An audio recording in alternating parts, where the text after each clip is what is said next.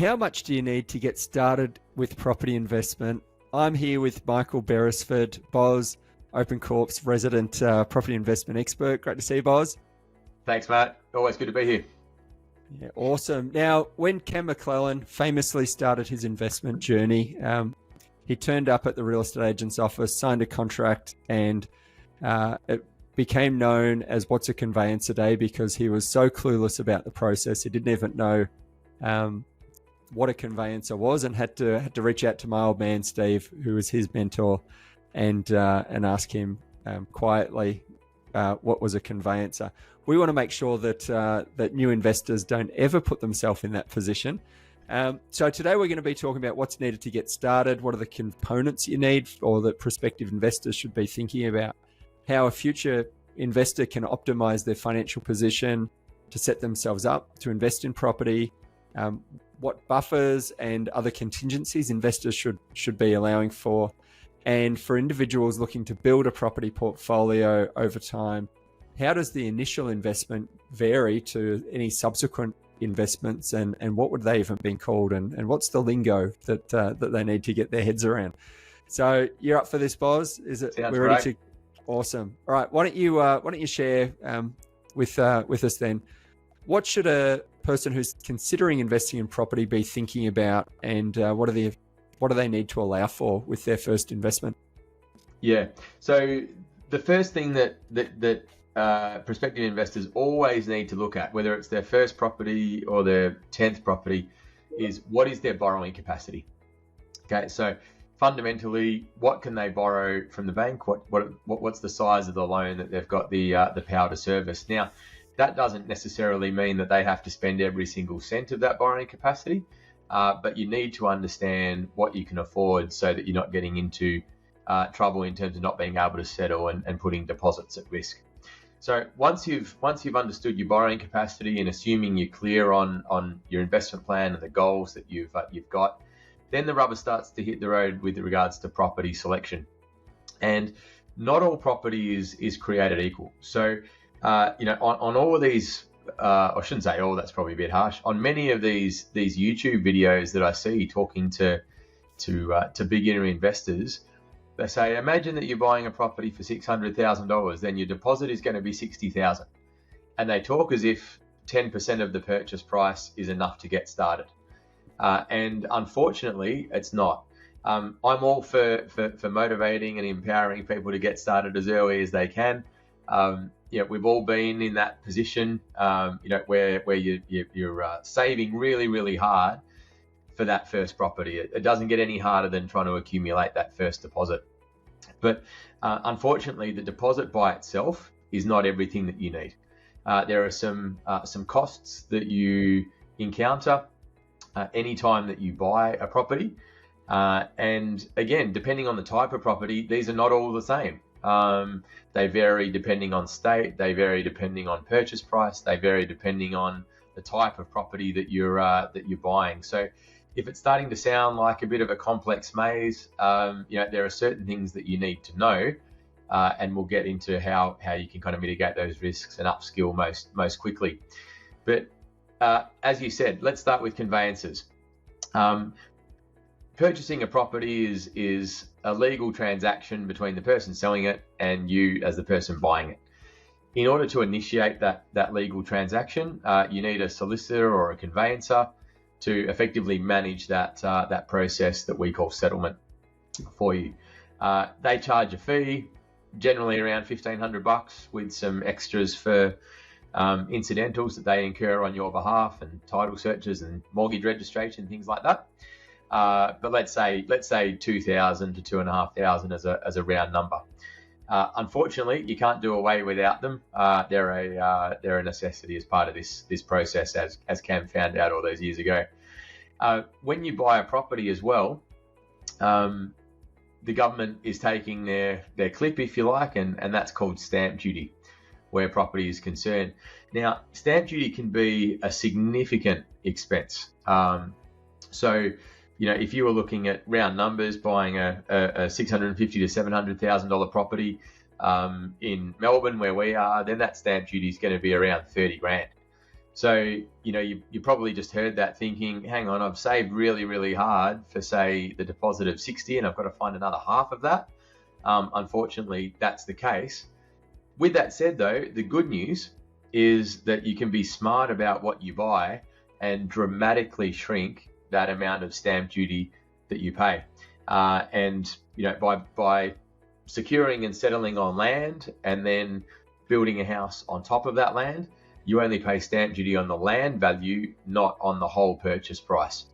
So, that's a really key one that allows you to be able to get into the market early, especially if you've got strong cash flow. Covering that interest while the house is being built is much easier and more beneficial, in that you're often getting into the market 12 months earlier and seeing the benefits of that growth. So, if we think about the deposit and how you can circumvent the kind of grind of saving, depending on the price points that you buy at, as we've talked previously, buying at the affordable end of the market quite often attracts certain grants and incentives from the government that can be significant and a great way to turbocharge your deposit. Just recently, the Queensland government announced that the first home buyer grant was being doubled for the next 2 years, so up from 15,000 to 30,000. Saving 15,000 overnight, effectively, buying it at under 750,000 in Queensland can be a really great way to fast track that deposit. So, look, there's a fair bit there, but simply put, it's the deposit itself. Then you've got stamp duty, you've got legals or solicitor conveyancer fees. Allow a couple of thousand for bank fees as well, because that's how banks make their money. There's more than just the deposit to consider. Well, I'm shocked, Boz, that some people who are on YouTube talking to be experts, that they forget to even talk about stamp duty, other purchasing costs.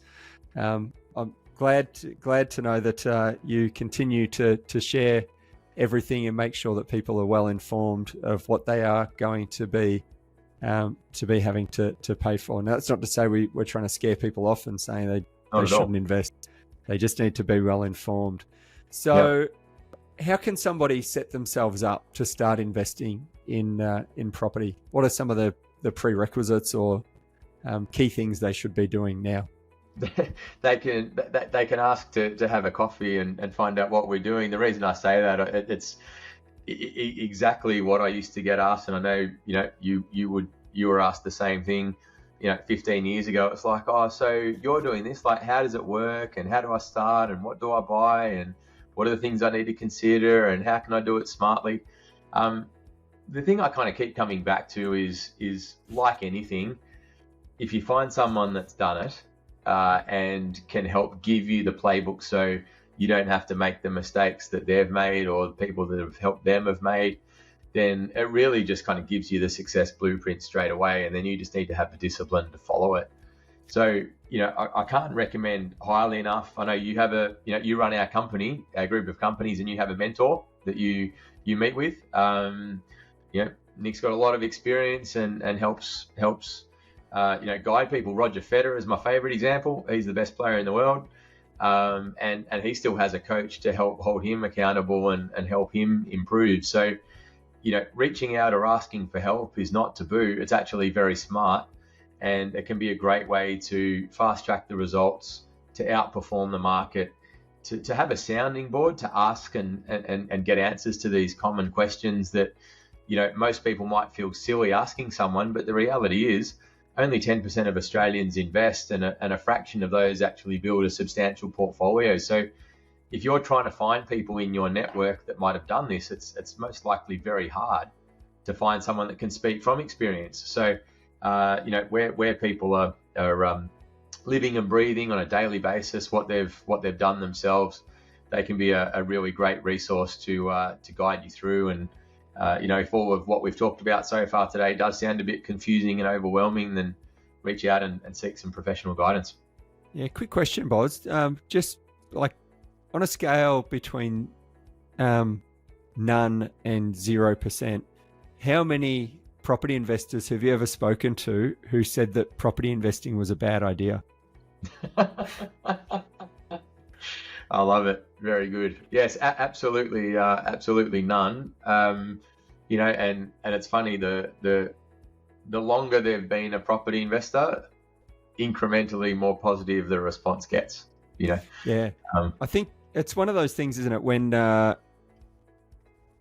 somebody you touched on the importance of talking to somebody who's done it, who's not just done something but been successful at that is key, right? Not just going to the man up the street or the person that you bumped into at a barbecue and talking about your hopes and dreams, and accepting when they, who have no experience in succeeding at achieving your hopes and dreams, start telling you that what you're thinking about is the wrong thing, and that you should focus on something else. Because there are absolutely, I think we used to call them dream crushers. They're probably, it's a term we haven't pulled out for a long time, but there's a lot of them out there. There are, and look, they don't.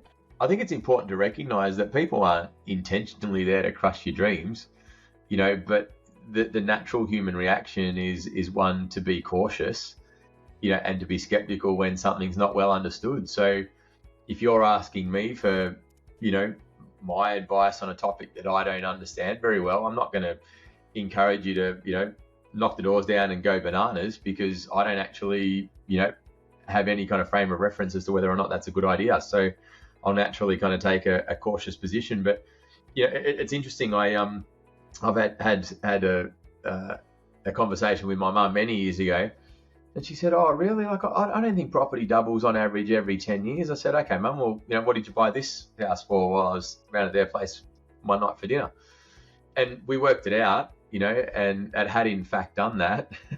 And she didn't like this very much, but it was the truth. I said to her, the problem, Mum, is you're getting old. I said, you think you've been here for 15 years, but you've been in the house for 30, and time's flown, and it's kind of done its thing in terms of how it performs. And so we kind of got into a discussion about it, and really where it went to was, she asked me, she said, "Well, why don't more people talk about this?" And I said, "Well, where do people generally go? Where do people of your generation generally go, for their financial advice?" Well, most of them go to an accountant because they think that investing is related to money. And as a result, I'll go and talk to my accountant about investing because it's related to money. Let's be really clear here. Accountants, and specifically property accountants, not just any accountant, because there are accountants that specialize in different things. But a property accountant has a critical role as part of your success team to maximize your tax deductions and get the best outcome possible. You shouldn't be asking your accountant around things that aren't tax related, because while they deal with money, they're not the best person most of the time to be able to guide you on those kind of things. Likewise, a lot of people talk to, I think I need a financial plan. I'll go and talk to a financial planner, without understanding that the majority of financial planners out there don't actually advise on property due to the licensing restrictions that they have. It's not their fault. It's just the way their industry is set up. And so you're not actually getting a complete assessment across every asset class. You're getting a limited assessment based on the asset classes that they can advise on under their licensee requirements. So yeah, it's really, really important. I mean, I could go through the whole set, brokers, you can get the right finance structure or the wrong finance structure. Brokers do both.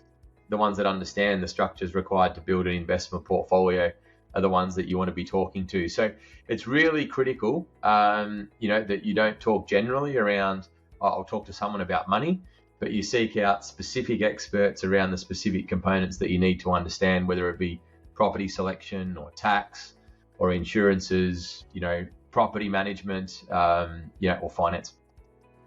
Yeah, awesome. So I guess one of the starting point then is to start building your team, to find the right people, and to use your analogy of Roger Federer as a coach, to help him with his tennis swing and his tennis play.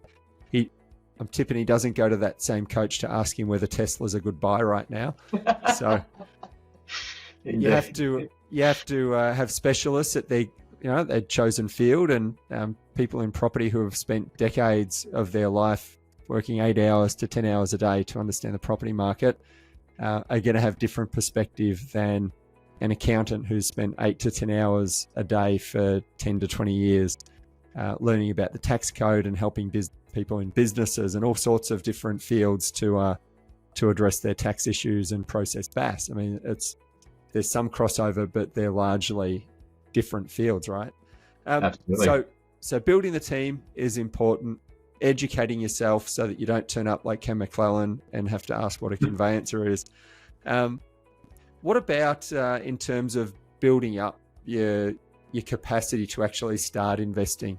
Because I think it's fair to say that not every investor, not every person should invest in property as much as there's a lot of people who should and perhaps don't. There are certain people who either aren't ready or shouldn't invest. So how do you, first of all, determine whether investing is right for you or investing in property is right for you, and what you need to have in order to get started? Yeah, I think simply put, the two things that you need to be a successful investor are money or borrowing capacity and the right mindset. So if on the money side of things first, if you're not in a position to be able to acquire a quality property, one that's going to help get you towards your goals, then you should continue working to that point. Just because you can afford, say, a $300,000 property, if it doesn't fit all the right kind of selection criteria, then you might just end up with an expensive lemon that's not working for you, as opposed to rushing in and buying that just because it's at the price point that you can afford. That's not to be confused with, as you said, there are lots of people that should invest that don't. If you have the financial means, then absolutely you should be. But you want to make sure, first and foremost, we're not buying lollipops here, and that the investment that you're investing in is fit for purpose and good quality and risk mitigated and all of those kind of things. Secondly, you want to make sure that you've got a buffer in place, both a small buffer after you've covered deposit and costs, and got a buffer on cash flow, as we've seen in the last 18 months with the interest rate rises. Those investors that were smart and established buffers, and there are numerous ways that you can set those up. You don't necessarily need to have some cold hard sitting on the side. They've been able to kind of shield against those increases and not see a reduction in lifestyle, or a significant reduction in lifestyle in that time. And from a mindset perspective, you need to be able to dissociate emotion, and you need to be able to think long term. If you're the kind of person that gets a real adrenaline rush by trying to get rich quick, and you think that property is a way to do that, I'd encourage you to kind of steer clear and look at other types of potential investments, because property works its magic and over time, and the longer you hold them, the more magic it produces. So hopefully those things help our listeners understand kind of who property investing is for and who it's not. 100%. I think you touched on the fact that obviously not, I think it's around 10% of Australians invest, and a very small percentage of those that do buy investment properties end up owning two or more. And yep. I mean, the biggest impediment to buying more than one property is, one of them is buying the wrong type of property. 2 is having the wrong structure.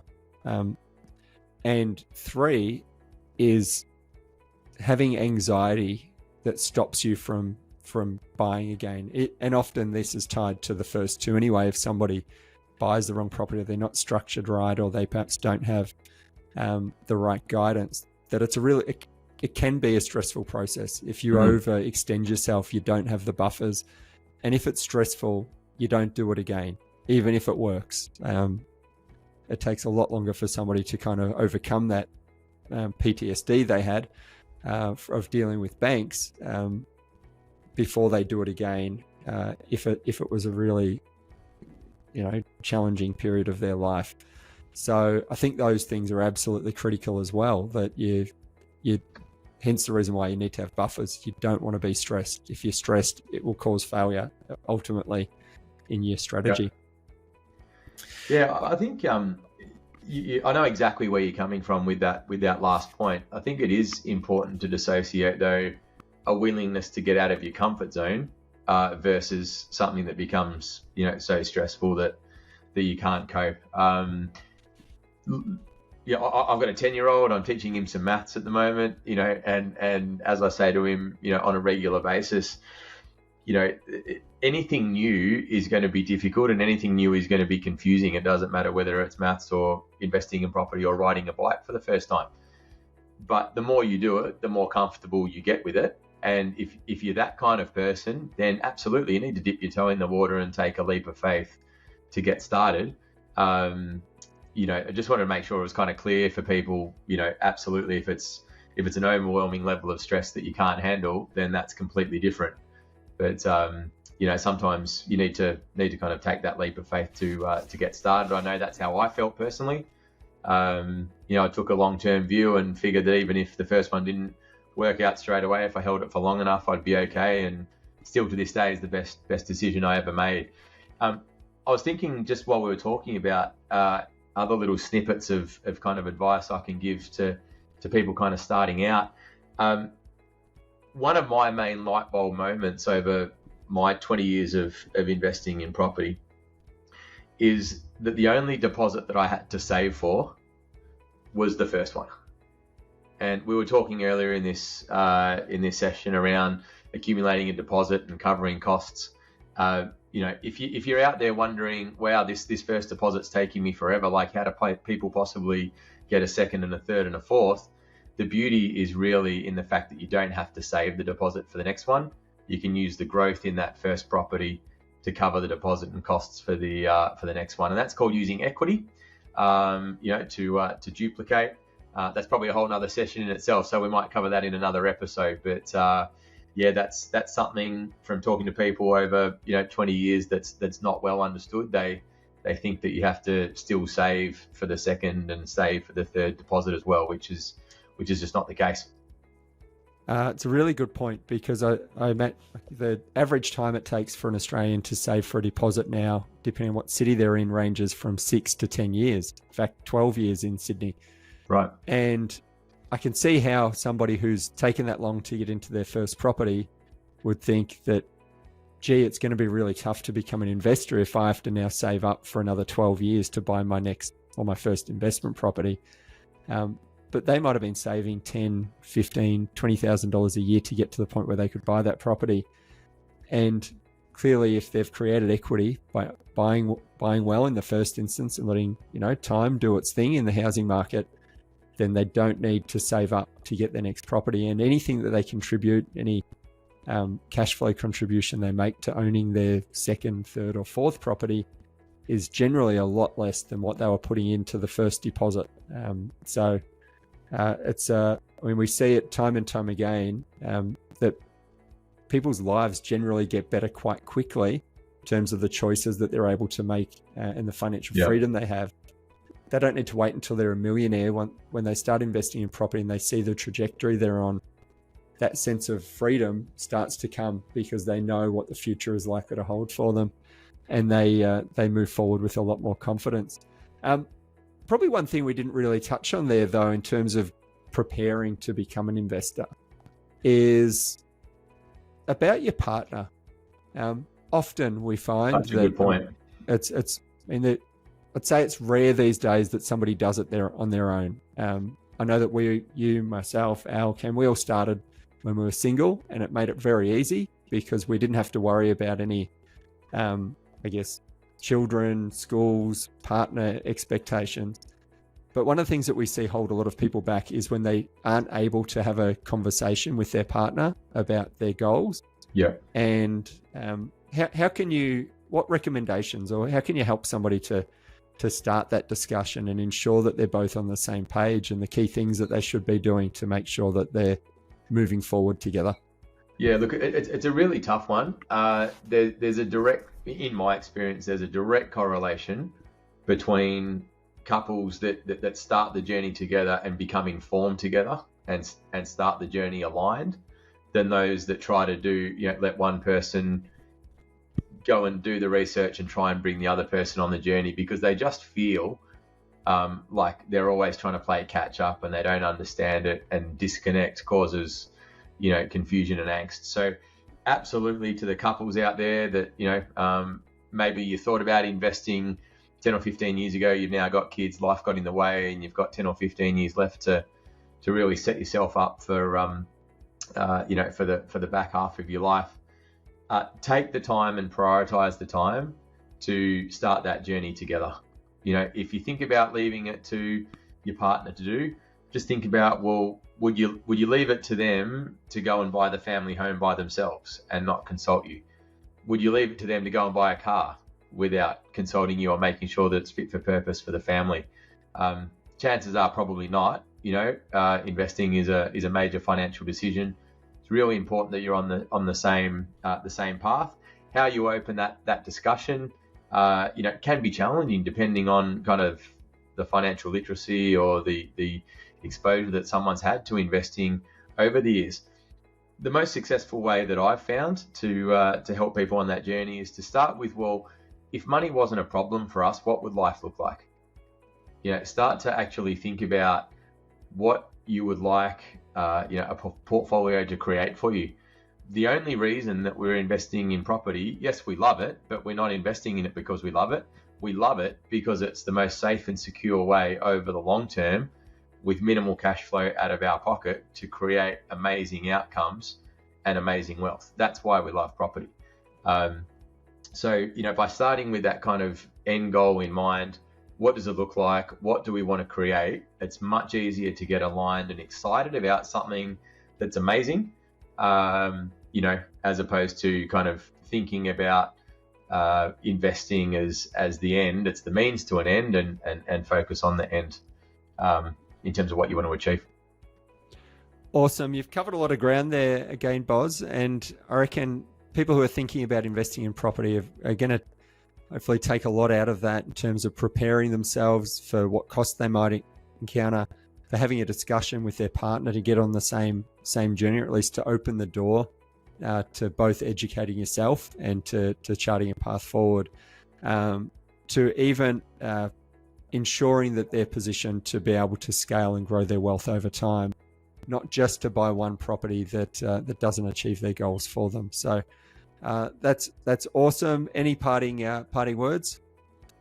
Oh, look, I talked about my light bulb moment before. I think that's a really good one. Let's do a separate episode on equity, what it is, how you access it, how it can springboard you into the next property with no cash required, because I think that'll be a really great topic. But to end this one, I'd just like to encourage everyone out there, have that discussion.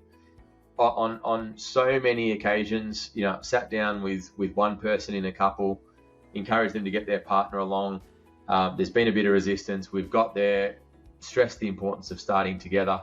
As we've gone through those initial meetings, before they even have bought a property, very quickly, the partner, their excitement overtakes the person who started out on this journey, just because they start to get some insight, some education, understand some concepts, have their hand held, not feel like they're doing something that's out of their depth. And that provides an amazing platform for people to be able to achieve amazing portfolios together. We've got that many clients who started out super nervous and have now got 4 or 5, 6 or more properties. If they can do it, you can do it. So yeah, really encourage people to kind of open up that discussion and not be afraid to get informed, ask your questions, and build your knowledge base to start. Awesome, Boz. Fantastic work. Feeling stressed about money and not having a plan for your financial future is like having a handbrake applied to your life. And we see when people remove that handbrake, just how much freer they feel. So thanks once again, and look forward to talking about equity with you. Really enjoyed it, Matt. We'll see you next time. Thanks, mate.